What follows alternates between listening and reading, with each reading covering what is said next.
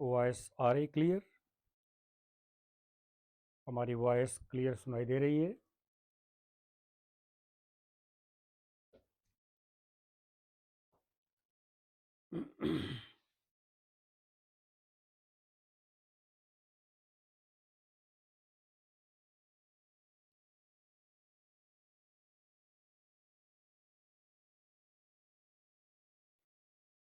तो बच्चे, हम लोग इसके पहले के लेक्चर में ये बात किए हुए थे कि सेंट्रल एटम के पास टोटल पेयर्स निकालना और उसके बाद बॉन्ड पेयर और लोन पेयर को निकालना, उसके करिस्पॉन्डिंग ज्योमेट्री में दो पार्ट का स्टडी किया गया। एक इलेक्ट्रॉन ज्योमेट्री यानी पूरा स्ट्रक्चर की बात की गई और एक हम लोगों ने मॉलिक्यूलर ज्योमेट्री लिया जिसमें शेप की बात की गई। तो बच्चे, शायद याद हो गया होगा कि सेंट्रल एटम के पास यदि टोटल बॉन्ड पेयर्स ही होंगे तो स्ट्रक्चर और shape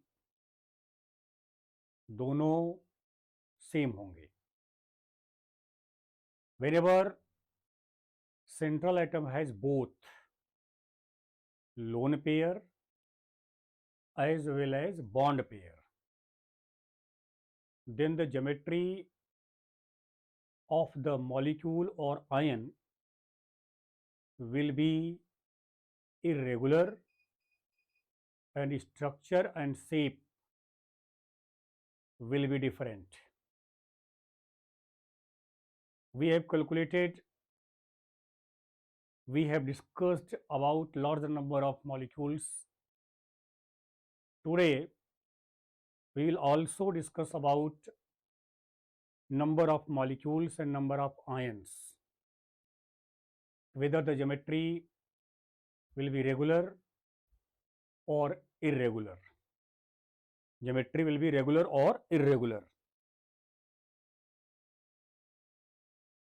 Whenever we have to find regularity and irregularity, only one concept you must remember: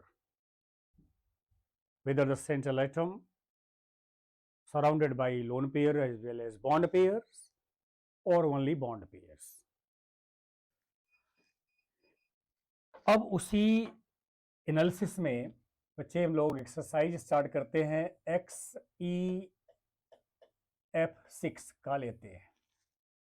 XEF6 बच्चे, अब तो आइडिया मिल गया होगा कि जिनान के वैलेंस सेल में, जिनान के वैलेंस सेल में 8 इलेक्ट्रॉन्स होते हैं और उसमें से 6 की वो शेयरिंग कर चुका है। इसका मतलब कि 6 जो है, 6 वो चले गए किस पेयर के रूप में? जवाब होगा बॉन्ड पेयर के रूप में। 2 इलेक्ट्रॉन्स यानी 1 पेयर ये रिमेन्स है एज लोन पेयर। तो यहाँ बच्चे क्या हो जाएगा, इसको ऐसे लिख दो, ऐसे लिख दोगे बहुत अच्छा लगेगा। XCF6 means 6 BPs, 6 BPs and 1 LP is equal to 7 pairs। 7 pairs। बच्चे, यहाँ पर आपको पता है, इसके पहले के लेक्चर में हम लोग डिस्कस किए हुए थे, whenever central atom is surrounded by 6 pairs, 6 pairs, then the hybridization would be sp3d3, sp3d3। so here hybridization sp3d3। ठीक, अब इसके करिस्पॉन्डिंग अगर बच्चे स्ट्रक्चर लिखना हो स्ट्रक्चर लिखना हो तो बच्चे आंसर दो वहां से। अगर स्ट्रक्चर लिखना हो तो कैसा लिखोगे? बच्चे वहां से रिप्लाई करो। स्ट्रक्चर, अगर इसका स्ट्रक्चर और शेप में अंतर आ गया होगा तो इसका अगर स्ट्रक्चर आपको लिखना हो तो क्या लिखोगे? बच्चे जवाब दें, आप लोग वहां जवाब दीजिए।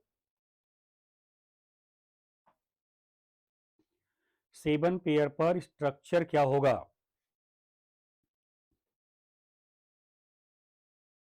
अब बच्चे उसमें लगाना है आपका 7 पेयर में स्ट्रक्चर जो लिखेगा पेंटा गोनल bi pyramidal.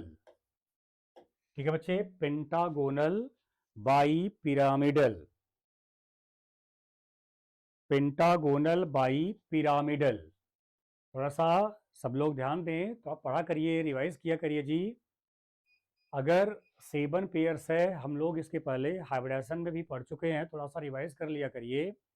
Structure pentagonal bi pyramidal, और इसका बच्चे शेप, ठीक है, इसका शेप उसको बोलते हैं distorted, distorted octahedral, distorted octahedral shape इसका कहा जाता है।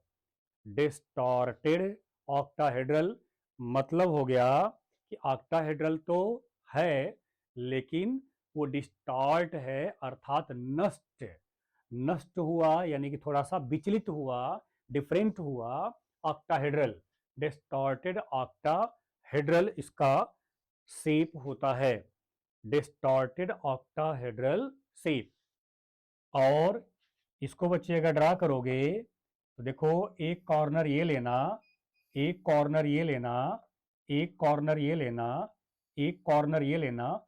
बच्चे इसी कॉर्नर पर, ये देखो इस कॉर्नर पर लोन पेयर बैठाना, ठीक है ना, इस कॉर्नर पर लोन पेयर बैठाना। अब देख बच्चे यहाँ पर क्या है, अगर इसको ऐसे बांड को मिलाओ, ऐसे मिला दो बच्चे, तो ऐसे स्ट्रक्चर को कहते हैं पेंटागोनल। ठीक है बच्चे, जिसमें स्ट्रक्चर में एक कॉर्नर कौन लेकर बैठा? ये लोन पेयर लेकर बैठा हुआ है।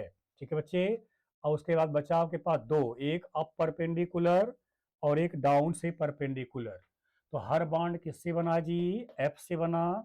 एफ रख दीजिए, एफ रख दीजिए, एफ रख दीजिए, एफ रख दीजिए।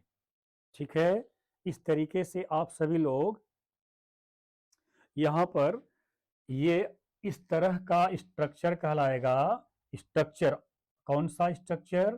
पेंटागोनल। ठीक है, पेंटागोनल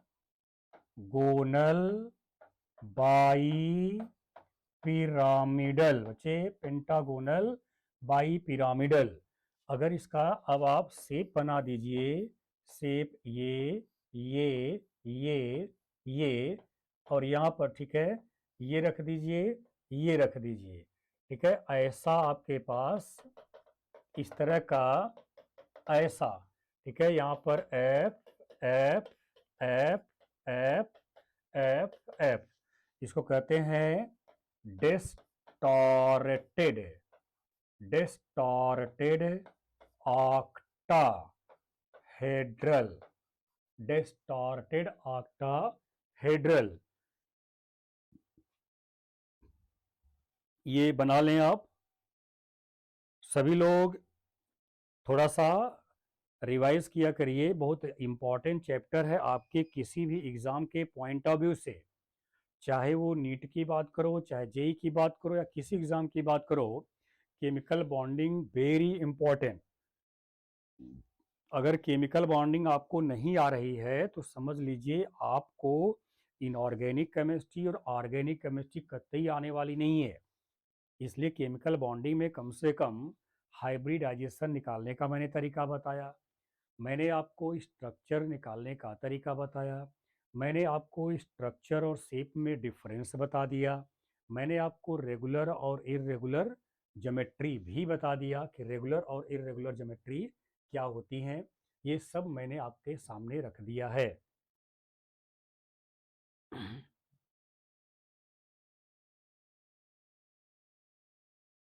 कंप्लीट हो जाए तो प्लीज़ रिप्लाई करिएगा, कंप्लीट हो जाए तो रिप्लाई करें तो हम लोग आगे बढ़ते हैं।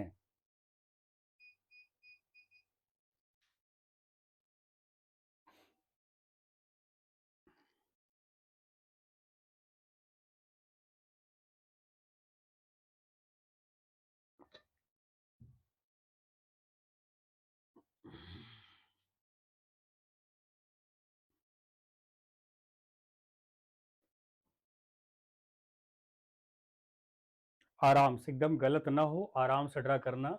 ये लोन पेयर को ध्यान रखना, इस कॉर्नर पर आपको लोन पेयर को रखना है, ये इस कॉर्नर पर लोन पेयर को रखना है।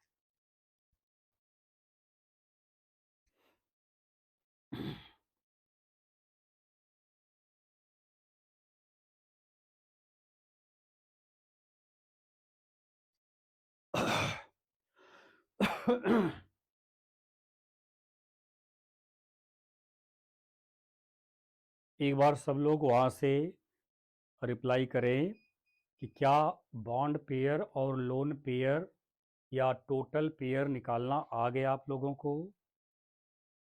क्या ये सभी पेयर निकालना आ गया? आ गया हो तो हम बच्चे थोड़ा सा अगले टॉपिक को डिस्कस करें, उसमें भी ऐसे ही एक्सरसाइज मिलेंगे, उसमें भी ऐसी तरीके के एक्सरसाइज मिलेंगे।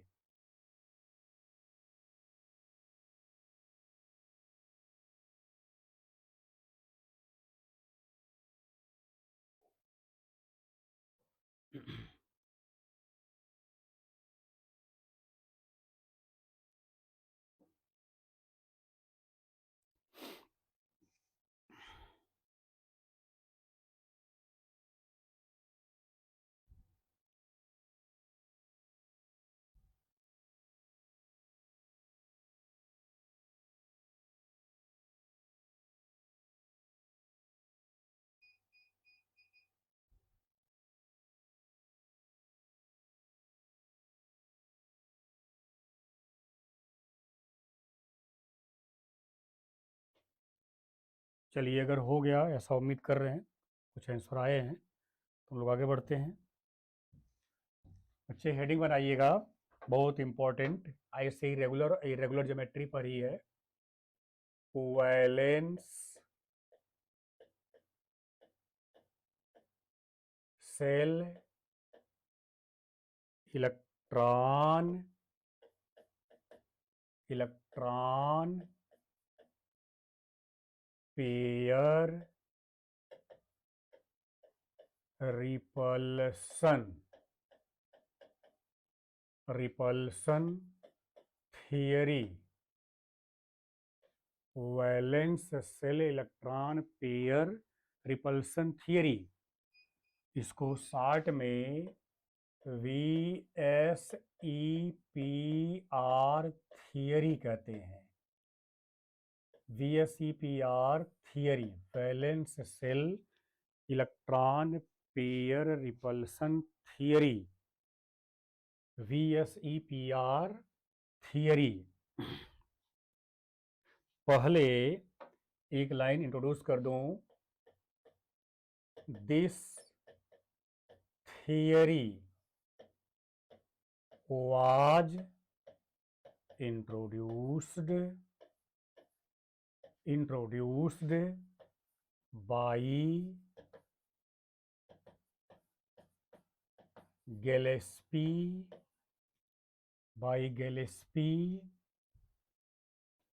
and Nihal. Gillespie and Nihal in 1957. Gillespie and Nihal in 1957.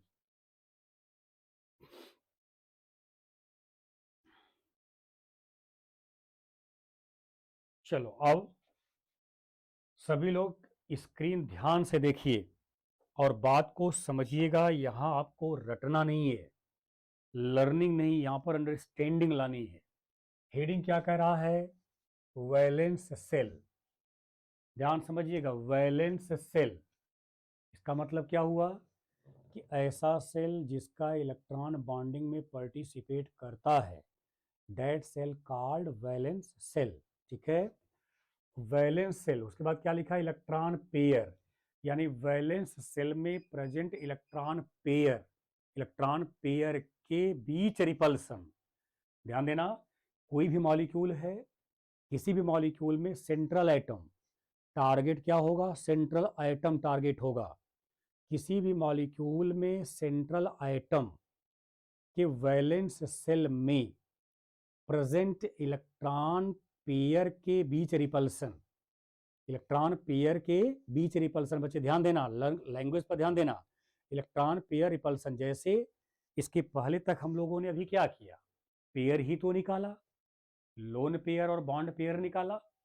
ठीक, कहाँ निकाला, सेंट्रल एटम पर निकाला, और वो है कहाँ, सेंट्रल एटम के वैलेंस सेल में है। तो उन्हीं इलेक्ट्रॉन के बीच रिपल्सन को एक्सप्लेन करने के लिए प्रपोज की गई थियरी वो कहलाती है VSEPR थियरी। अगर कोई इसका थीम पूछे तो क्या बताओगे कि किसी भी मॉलिक्यूल या आयन में सेंट्रल एटम पर प्रेजेंट इलेक्ट्रॉन पेयर, ठीक, इलेक्ट्रॉन पेयर के बीच repulsion, that is called valence shell electron pair repulsion. तो इसको बल्कि आप हमारी भाषा में लिख लीजिए तो याद रहेगा, द रिपल्सन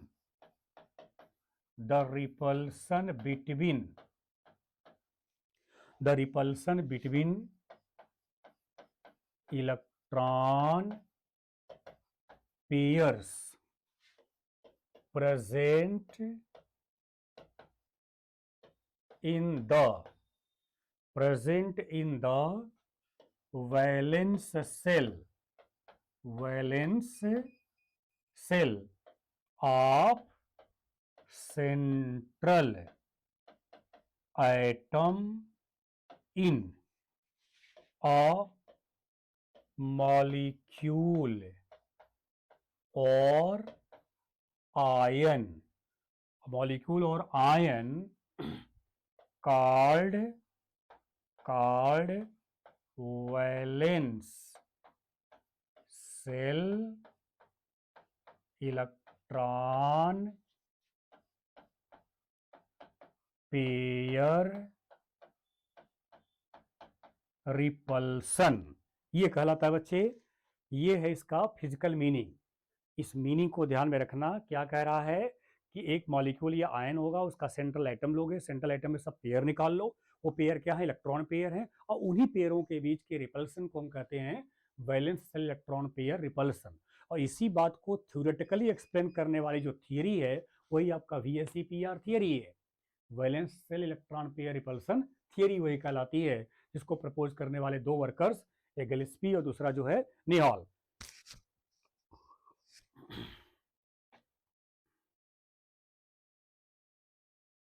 ठीक है बच्चे, शायद दिमाग में बात घुस रही होगी। हमने आपको क्या बता दिया, देखिए अब यहाँ पर फीलिंग पीछे वाला लेक्चर जोड़ लो ना।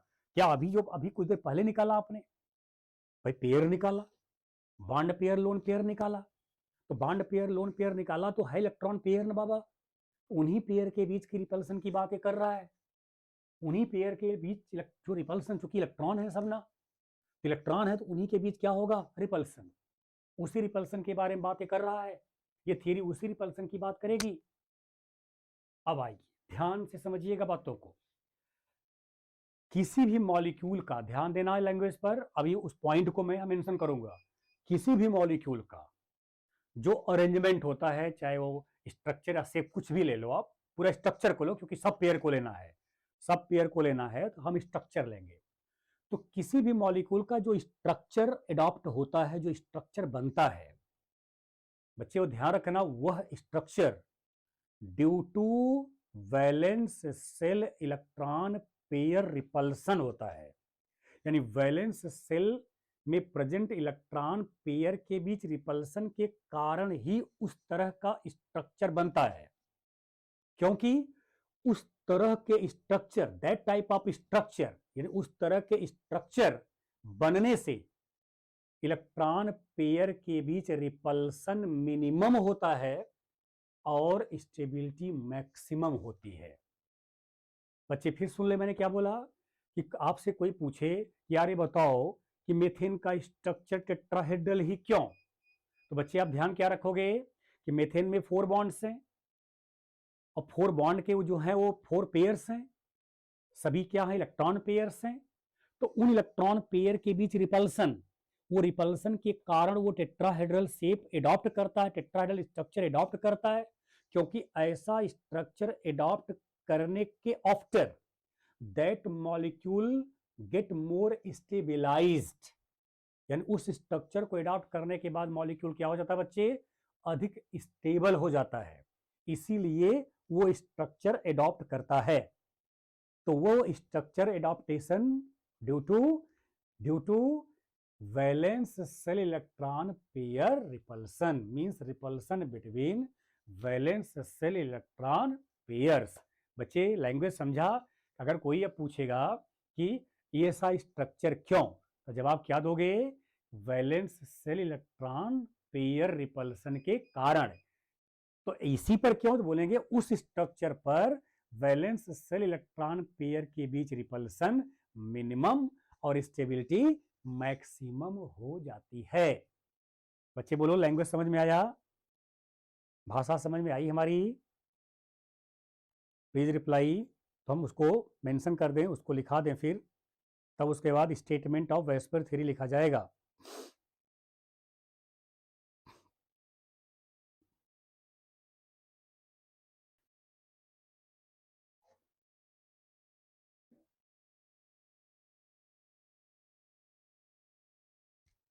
चल बच्चे इसको लिख लिया जाए, तब इसको लिख लिया जाए, इस पॉइंट को जो मैंने बताया,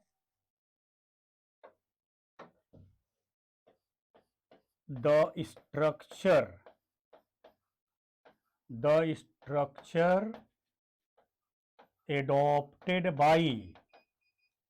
adopted by any species is due to repulsion between valence cell electrons, due to repulsion between valence cell electrons at that geometry, at that structure, you can say at that structure the repulsions are minimum,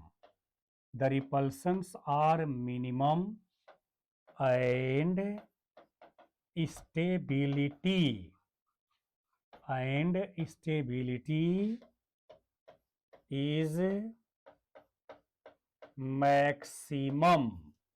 stability is maximum, यानी जो structure वो adopt करता है उस structure पर stability maximum और repulsion जो होता है वो मिनिमम होता है।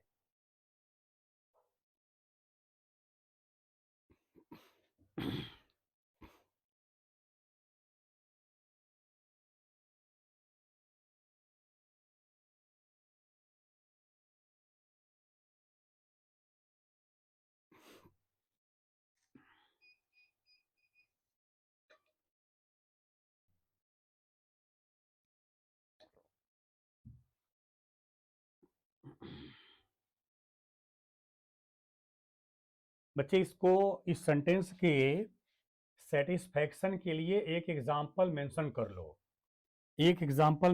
लो, और वही एग्जाम्पल ले लो, क्योंकि जो एक एग्जाम्पल बताएगा वही कहानी सब बताएंगे, बस पेयर का डिफरेंस होगा। लेकिन जो भी स्ट्रक्चर वो अडॉप्ट करेगा वो रिपल्सन के कारण ही अडॉप्ट करेगा, और उस स्ट्रक्चर में उसकी स्टेबिलिटी मैक्सिमम और रिपल्सन मिनिमम हो जाएगा। CS4 has tetrahedral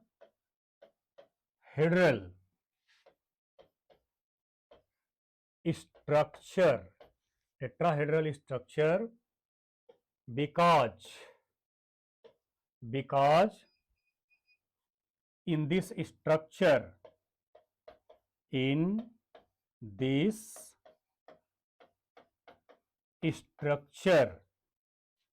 repulsion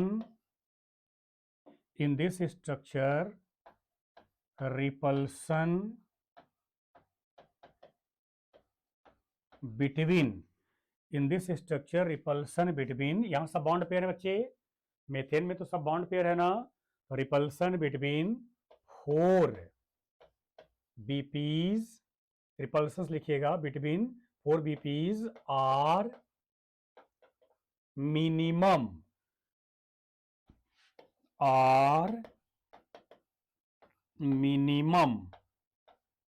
but stability is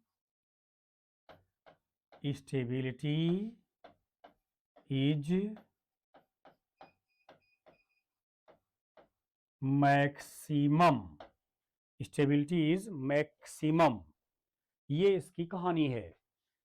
ये बातें अगर आप समझ गए तो समझ लो कि वेस्पर थियरी की पूरी कहानी आपके अब ब्लड में उतरेगी।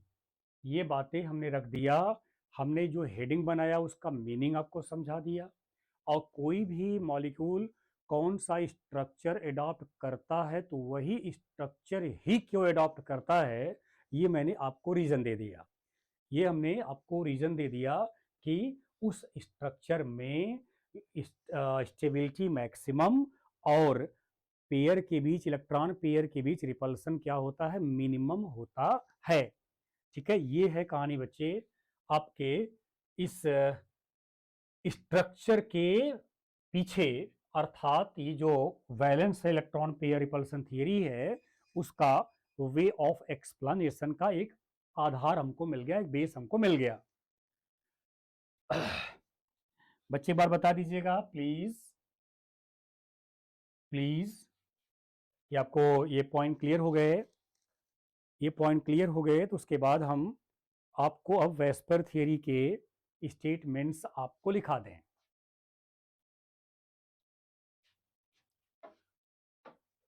तो बना लीजिएगा heading postulates of VSEPR theory, postulates of VSEPR theory, valence electron pair repulsion theory।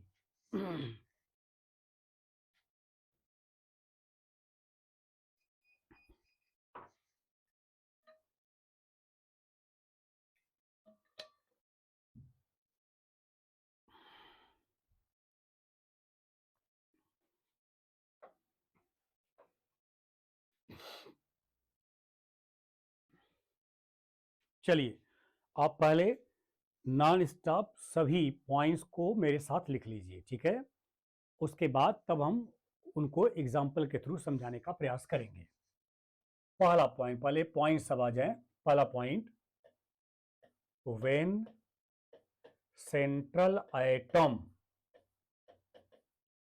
central atom in a molecule is surrounded only by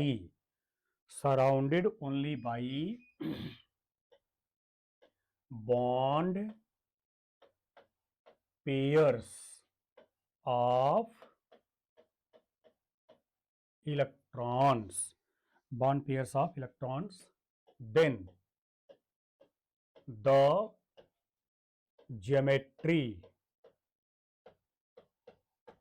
then the geometry of molecule, then the geometry of molecule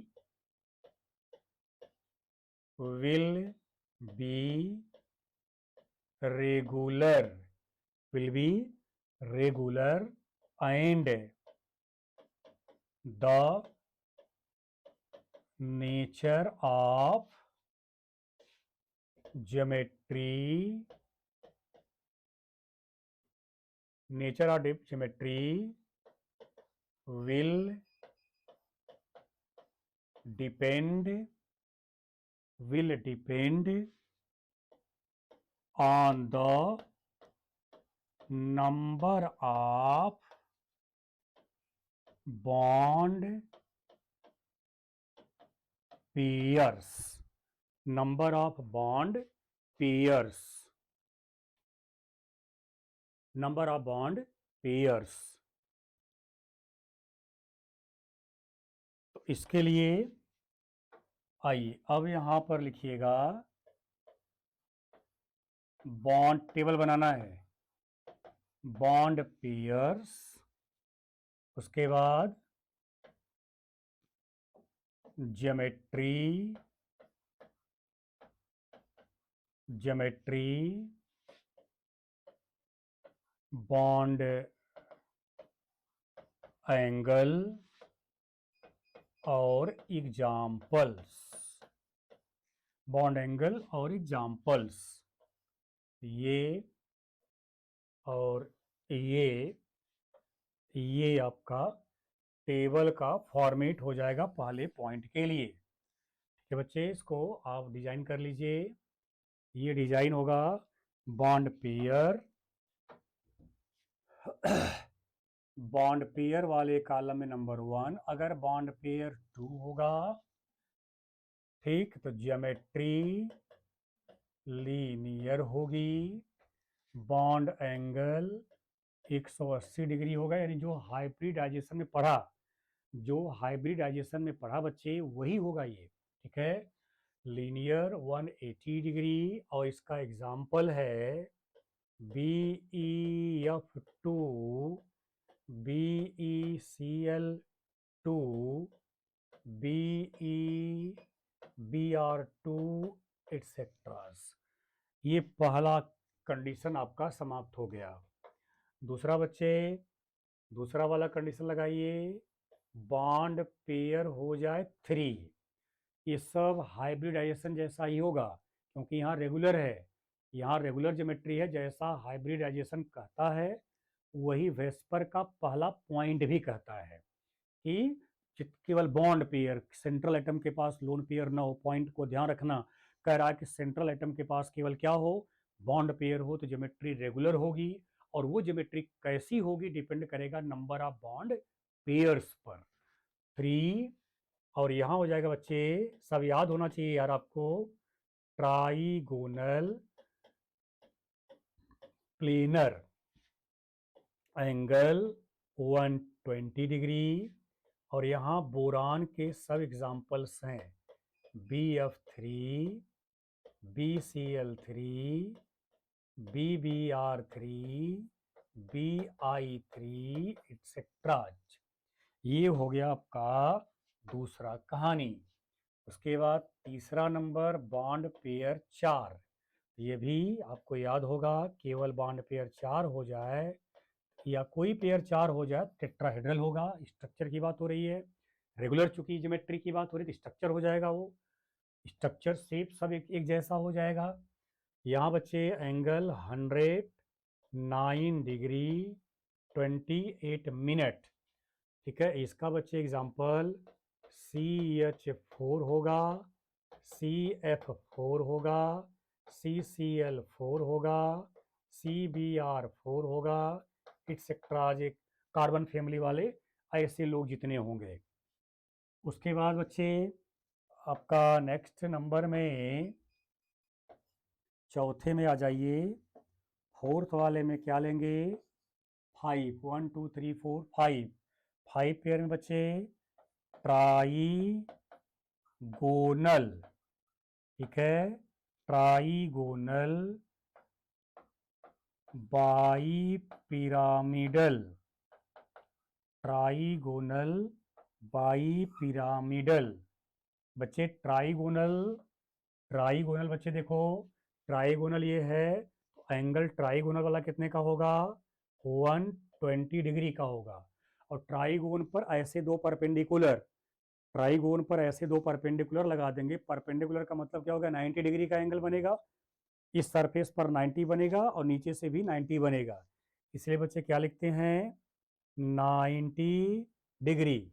ठीक है, इसके example जो होंगे, PF5, PCl5, ASF5, SBF5, आपका ASCl5 etcetera. ठीक है, ये आपके कहानी हो गई 5 बॉन्ड पेयर की, यानी पांचों के पांचों पेयर क्या हो बच्चे, बॉन्ड पेयर हो। उसके बाद 5 नंबर क्या कह रहा है, 6 पेयर हो जाए। तो 6 पेयर में क्या होता है, ऑक्टा हेड्रल। बच्चे ऑक्टाहेड्रल, ऑक्टाहेड्रल का एक नाम और याद कर लो, ऑक्टाहेड्रल का एक नाम है square planar bi pyramidal, square planar bi pyramidal. बच्चे यहाँ पर सब स्क्वेयर है तो 90 का होता है, परपेंडिकुलर उसके ऊपर रख देंगे तो भी 90 का बनेगा। तो यहाँ पर सभी एंगल 90 डिग्री के होंगे।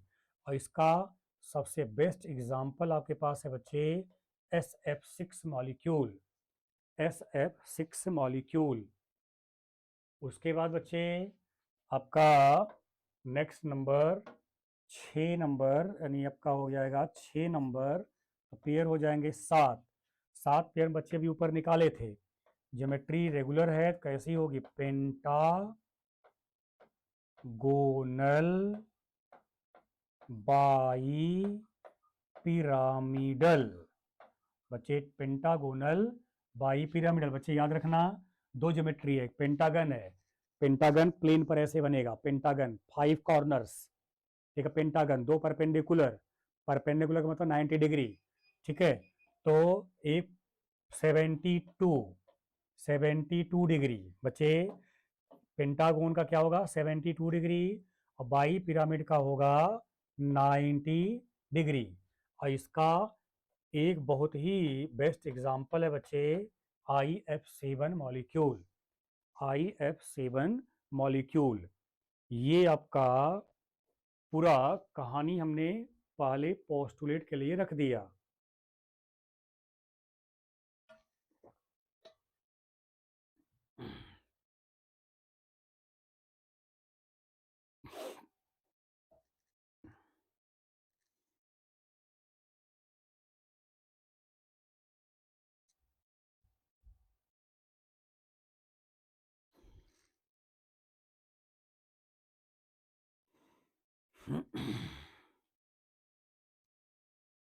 बच्चे कंप्लीट हो जाए तो रिप्लाई करना, कंप्लीट हो जाए तो रिप्लाई करिएगा।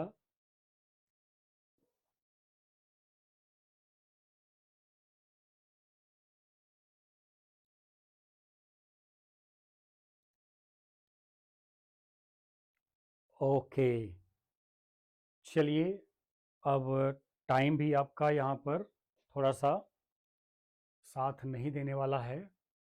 अगला पॉइंट हम लोग, या इसके बाद नेक्स्ट जितने भी पॉइंट्स हैं नेक्स्ट लेक्चर में हम लोग बात करते हैं। ठीक है, तो थोड़ा सा इसको रिवाइज कर लीजिएगा।